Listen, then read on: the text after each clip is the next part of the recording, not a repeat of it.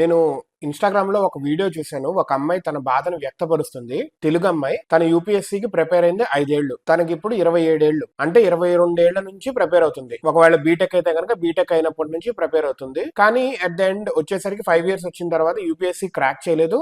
But job కూడా లేదు. UPSC crack చేయాలంటే మాక్సిమం అందరూ ఫుల్ టైం ఉంటేనే వస్తుంది. ఎందుకంటే యూపీఎస్సీ అనేది కూడా one of the most toughest exams in the world. So crack చేయడం అంత ఈజీ అయితే కాదు. And there are lakhs and lakhs of people who are trying every year for this. Number of attempts కూడా ఉంటాయి. అయితే ఈ బాధ ఏంటంటే 5 years అయింది, ఇప్పుడు జాబ్ లేదు, ఏమీ లేదు. నేను ఒక సినిమా చూస్తున్నాను. దాంట్లో ఏంటంటే హస్బెండ్ వైఫ్ ఉంటే వైఫ్ ని అంటారు, ఈ బ్యూటీ పార్లర్ ఇట్లాంటి ట్రై చేయడం కంటే యూపీఎస్సీ ట్రై చేయొచ్చు కదా అని హస్బెండ్ అంటాడంట. అయితే ఆ టైంలో ఈ అమ్మాయి వాళ్ళ నాన్న ఎవరైతే 5 years ట్రై చేశారో, అయితే ఇప్పుడు ఈ వీడియో ఎవరైతే చేశారో ఆ అమ్మాయి వాళ్ళ నాన్న అవన్నీ టఫ్ కదా, అంటే యూపీఎస్సీకి ఏమంతా ట్రై చేయలేదా, ఏదో పైన ప్రిపేర్ అయినట్టు, ఏదో కష్టపడలేనట్టు ఆయన అన్నారు అని చెప్పి ఈమె ఫీల్ అవుతా ఏడుస్తా ఈ వీడియో పెట్టింది. ఈమె ఇంకా ఏం చెప్తుందంటే, హార్డ్ ట్రూత్ ఏంటంటే అట్ ద ఎండ్ ఫలితం వస్తేనే, రిజల్ట్ వస్తేనే, సక్సెస్ అయితేనే ఎవరైనా నీకు వాల్యూ ఇస్తారు. లేదంటే నువ్వు ఎంత కష్టపడ్డావు, నీ పడిన శ్రమ ఇదంతా వేస్ట్ అయిపోతుంది, విఫలం అయిపోతుంది, ఎవరు చూడరు. సక్సెస్ అయితేనే దానికి వాల్యూ ఉంటుంది అని చెప్పి వాపోతుంది. యాక్చువల్లీ కరెక్టే,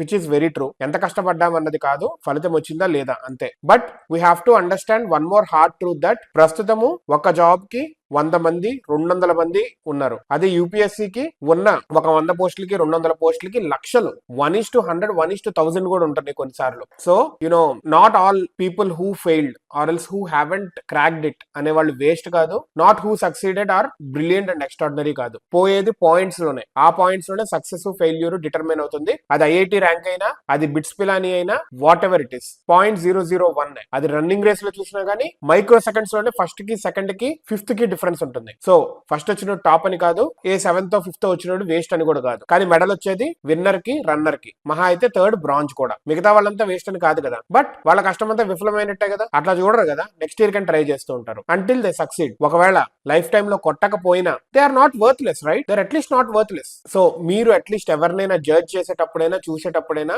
మీ మైండ్ సెట్, మన mind set we have to change it. ఈమె ఇంకా అంటున్నారు, అట్ ద ఎండ్ ఫ్యామిలీ కూడా కండిషనల్ గానే లవ్ చేస్తుంది. If you are not making any money or else if you are not being succeeded, వాళ్ళు కూడా నిన్ను అంత యునో ద బెస్ట్ కింద చూడరు, వాళ్ళు కండిషనల్ గానే లవ్ చేస్తారు అని. That is hard truth to accept. That is true. అది ఎంత ఫ్యామిలీ అయినా కానీ, ఏదైనా కానీ, భారం అన్నప్పుడు ఒక భారం లాగే చూస్తారు. But that depends on person to person, how do they see it, how do they understand it. కానీ ఆవిడ చెప్పింది మాత్రం మనసు కొద్దిగా హత్తుకుంది. చాలా మంది ఇదే ఫేస్ చేస్తూ ఉన్నారు ప్రస్తుతం లోకంలో, because world is running on money. ఇవి ఇంకా ఏమంటుందంటే, don't run for this UPSC and ఈ ఊబిలో పడిపోతూ ఉంటుంది. But that is her opinion. మీకు గనక జీల్ ఉంటే గనక for sure try it. Try in a righteous way. అదో ఫ్యాడ్ లో వెళ్ళి మాత్రం ట్రై చేయొద్దు. కెరీర్, టైం ఇవన్నీ ఒక్కసారి వేస్ట్ అయితే వెనక్కి తిరిగి రావు. చాలా కష్టపడాలి మళ్ళా to regain all of them.